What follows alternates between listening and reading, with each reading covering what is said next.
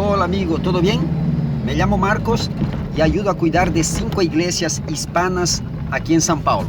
Hablo directo de São Paulo, de Brasil. El estudio de hoy es la lección número 2. Yo voy a hablar un poquito sobre la Biblia.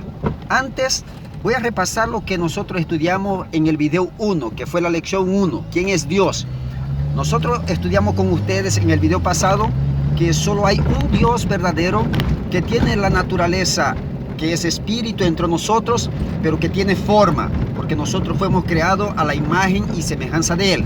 Y también mostramos a ustedes que Dios es un Dios en 3 personas, Padre, Hijo y Espíritu Santo. Son 3 personas distintas, mas que tienen el mismo propósito, la misma esencia. Es decir, ellos piensan la misma cosa, ellos consiguen saber lo que el otro está pensando.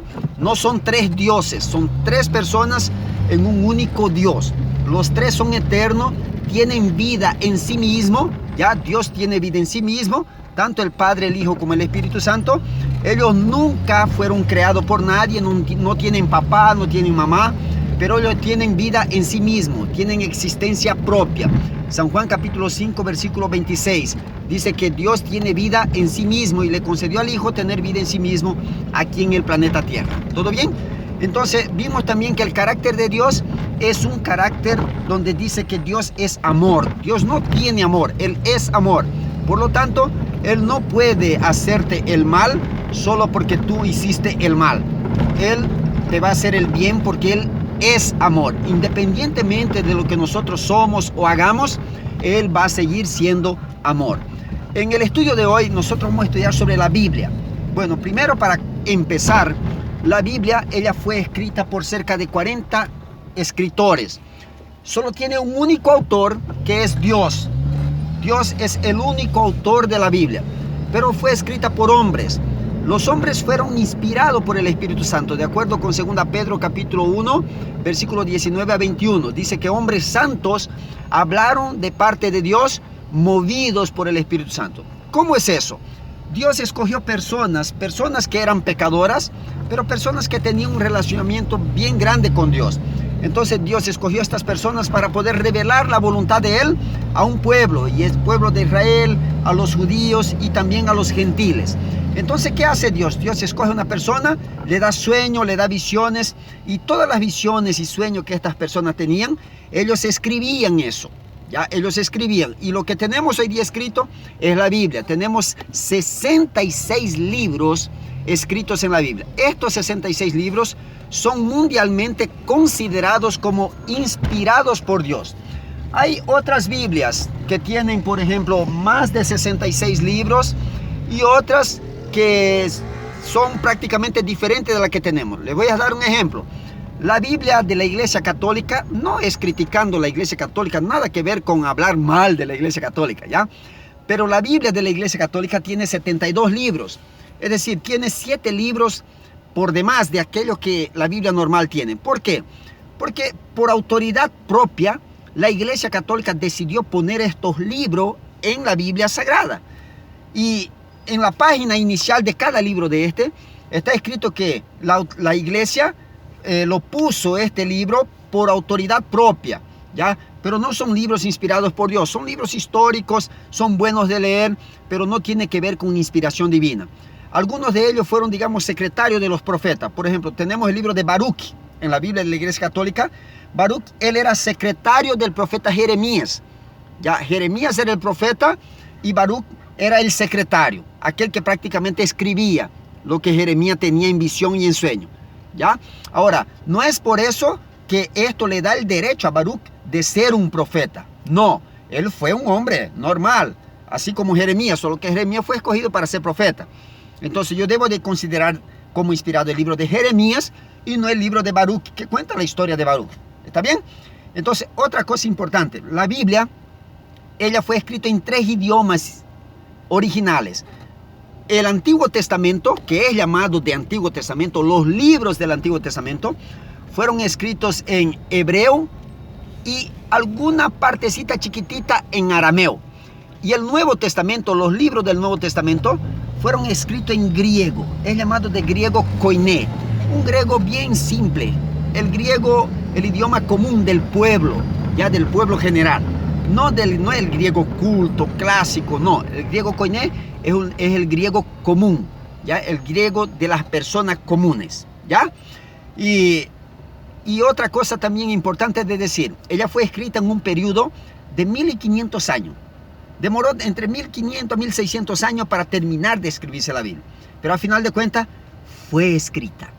Ahora, ella se divide en dos grandes partes, que es el Antiguo Testamento y el Nuevo Testamento. Es importante que tú sepas de lo que te voy a hablar ahora. La palabra Antiguo Testamento y Nuevo Testamento, estos dos términos fueron creados por dos teólogos del segundo siglo después de Cristo, que son Tertuliano y Orígenes. Ellos dieron este nombre de Antiguo Testamento y Nuevo Testamento a la división de la Biblia para facilitar el estudio para nosotros de aquello que había antes de Jesús y después de Jesús. Por eso tenemos esa división con los nombres Antiguo Testamento y Nuevo Testamento. Solo que si tú tomas la carta de Pablo, 2 Corintios, capítulo 3, versículo 14, tú te vas a deparar con un versículo bíblico que dice así: y Moisés salió de la presencia de Dios y dice que en Cristo el Antiguo Testamento, o sea, la lectura del Antiguo Testamento, fue abolido, fue removido en Cristo. Eso es lo que está escrito en 2 Corintios capítulo 3, el versículo 14. En otras palabras, hoy día el Antiguo Testamento está siendo como abolido. Fue abolido el Antiguo Testamento. Ya no debe ser leído el Antiguo Testamento. Eso es prácticamente lo que se entiende de 2 Corintios capítulo 3, versículo 14. Entre tanto, tú vas a entender aquí que Antiguo Testamento no son los libros del Antiguo Testamento. ¿Ya? Antiguo Testamento no son los libros de Génesis hasta Malaquías. Y como dice que en Cristo fue removido, fue abolido el Antiguo Testamento, eso no quiere decir que los libros fueron removidos o fueron abolidos en Cristo, o que ya no se pueden más leer esos libros. No quiere decir eso. Entonces, si no significa eso, ¿qué significa entonces Antiguo Testamento y Nuevo Testamento? Primero, para que nosotros sepamos qué es un Antiguo Testamento y qué es un Nuevo Testamento, nosotros necesitamos primero saber qué es un testamento. Y la palabra testamento que aparece en la Biblia, cuando se refiere a Antiguo Testamento y a Nuevo Testamento, es la palabra en griego diatek o diateke, como algunos pronuncian. Esta palabra nosotros vamos a encontrar en varios textos de la Biblia. Más primero, un testamento, para ser testamento, él tiene que cumplir 4 condiciones. La primera condición para cumplir un testamento es: hay que haber testador. El testador es aquel que hace el testamento, que escribe el testamento. La segunda condición que tiene que cumplir un testamento es: tiene que haber herederos. Si no hay heredero, ¿para qué se va a hacer un testamento? ¿No es verdad? La tercera condición que cumple un testamento es la herencia que este heredero va a recibir. Y la cuarta condición, yo quiero que tú mismo leas en la Biblia, está en el libro de Hebreos, capítulo 9, el versículo 16 y 17. ¿Ya? Los versículos 16 y 17. ¿Qué dice allá? Allá dice lo siguiente, Hebreos 9, 16 y 17. Donde hay testamento, es necesario que intervenga la muerte del testador, porque el testamento no tiene validad en cuanto vive el testador. ¿Qué quiere decir eso? La persona que hizo el testamento es llamado de testador. Ese testamento que ella hizo no tiene validad en cuanto él vive, porque para que tenga validad un testamento, el testador tiene que morir, si no, los herederos no pueden recibir la herencia. ¿Entendiste? Entonces, por eso, un testamento tiene que cumplir 4 condiciones. La primera condición, tiene que haber testador. Segunda, tiene que haber herederos. Tercera, tiene que haber herencia. Y cuarto, el testador tiene que morir para validar el testamento. Si él no muere, no puede haber testamento. ¿Entendiste? No puede haber, no tiene validad ese testamento. Ahora te pregunto, ¿hubo o no hubo un Antiguo Testamento y un Nuevo Testamento? Claro que hubo. Por eso nosotros tenemos en la Biblia Antiguo Testamento y Nuevo Testamento. Ahora, ¿quién era el testador del Antiguo Testamento? El libro de Éxodo, capítulo 19, del versículo 3 al versículo 5, tú vas a leer lo siguiente. Y subió Moisés al monte, y del monte Dios lo llamó y le dijo. Es decir, Dios le llama a Moisés y le dice, y le habla. ¿Quién está hablando? Es Dios. Dios le habla a Moisés y le dice así: así dirás a los hijos de Israel. Versículo 5 va a decir así: si atentamente oíres mi voz y guardares mi testamento. Algunas traducciones dicen mi alianza, mi pacto, mi concierto, mi certificado. La palabra diatek o diateke en griego, ella tiene ese significado. Puede significar alianza, puede significar pacto, concierto, certificado, pero ella en ese contexto significa testamento. Es decir, Dios llama a Moisés y le dice: Moisés, tú vas a hacer un testamento para mi pueblo. Dios es el testador, Dios es el que habla, el que da el inicio, Él es el testador. Y ahí dice en el versículo 4 que los hijos de Israel serían los herederos. ¿Están entendiendo? Éxodo capítulo 19, el versículo 3 y el versículo 4 dice que Moisés tenía que hablar a los hijos de Israel, a los israelitas. Es decir, el pueblo de Israel se vuelven los herederos del Antiguo Testamento, donde Dios es el testador. ¿Cuál es la herencia?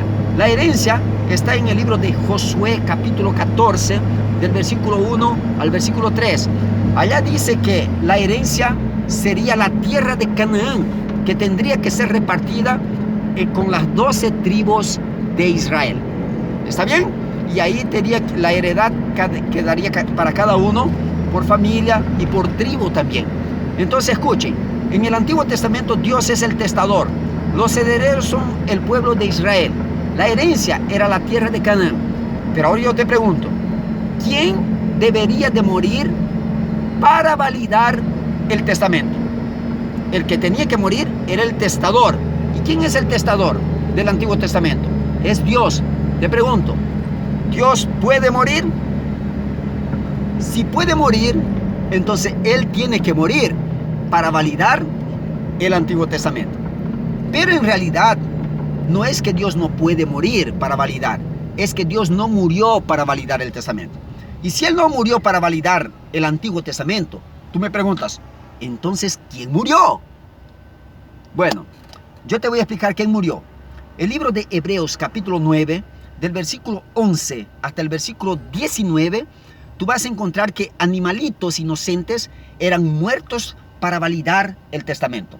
Y el versículo, exactamente el versículo 19 dice: habiendo Moisés hablado a todo el pueblo, o sea, el capítulo 9 de Hebreos, versículo 19, está mostrando lo que pasó allá en el capítulo 19 de Éxodo.